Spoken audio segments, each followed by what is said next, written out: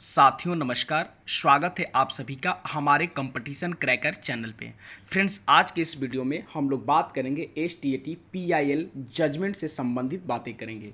Friends, आप सभी को इंतज़ार था कि पीआईएल का जजमेंट क्या आया, उसको कैसे देखा जाए, आखिर उस जजमेंट में क्या लिखा हुआ है। वो इंतज़ार का घड़ी समाप्त हुई और आखिरकार जजमेंट आ गया। जितने भी ऑल क्वालिफाइड हैं वो सभी लोग इस जजमेंट को देखें, क्योंकि आप सभी लोग देख रहे थे कि मेरिट खेमा में और नॉट इन मेरिट खेमा में दोनों में खुशियां मनाई जा रही थी। आखिर जब तक जजमेंट नहीं आया था तब तक खुशियां मनाई जा रही थी, लेकिन अब तो जजमेंट आ गया है। उस जजमेंट से हम लोग रूबरू होंगे। आखिर ये जजमेंट किसके फेवर में है और मांगी क्या गई थी, उसे देखते हैं। देखिए आपके सामने ये एसटीएटी मेरिट पीआईएल का जो है ये केस नंबर आप देख सकते हैं 19/164/2021। आप यहाँ पर देख सकते हैं ये किसके नाम से है, ये भी आप देख सकते हैं। यहाँ पे देख लीजिए शिवजी चौरसिया। अब आपको समझ में आ गया होगा कि बिल्कुल रूप से ये मेरिट केस का ही जजमेंट है। देखिए यहाँ पे दो तीन चीज़ें जो है मांगी गई थी, उन चीज़ों को आप ध्यान से देखेंगे। देखिए यहाँ पर जो बातें मांगी गई थी वो पहला मांगे क्या था, 26 जून का जो लेटर जारी हुआ था, जो मेरिट और नॉट इन मेरिट का इक्वल जो किया गया था उस लेटर को क्रैश करने के लिए मांग की गई थी।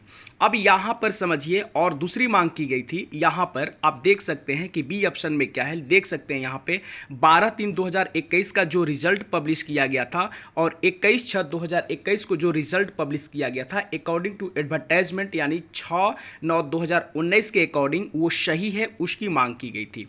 और यहाँ पर आप देख सकते हैं ये 26 जून के लेटर को क्रैश करने की बातें कही गई थी। लेकिन इन सारी बिंदुओं को देखते हुए जो शिक्षा विभाग के द्वारा है, शिक्षा विभाग ने स्पष्ट बातें कही है कि हमारे जो है बीएससीबी बोर्ड के द्वारा कुछ गलतियां की गई थी रिजल्ट को पब्लिश करने में, और उस गलती को हमने कमेटी बना करके, कमेटी को गठित करके हमने उस ईरर को, उस गलती को हमने सुधार लिया है। स्पष्ट रूप से शिक्षा बोर्ड ने कहा है, और सुधार करके हम ऑल क्वालिफाइड को इसमें जो है प्रोसेस रिक्वायरमेंट में भाग लेने के लिए बोल दिए हैं। आप देख सकते हैं यहाँ पे STAT 19 qualified candidate to participated in the requirement process, यानी जितने भी जो है क्वालिफाइड हैं इन सबको जो है हम उसमें शामिल कर चुके हैं। और दूसरी बात, वही रटा रटाया हुआ बात इन्होंने क्या बोला है, एनसीईटी का देख सकते हैं वो गाइडलाइन का बात स्पष्ट रूप से यहाँ पर बात कहे हैं, और बोला गया है कि जो है इसका जो है वैलिडिटी जो है बिल्कुल लाइफ टाइम हो गई है।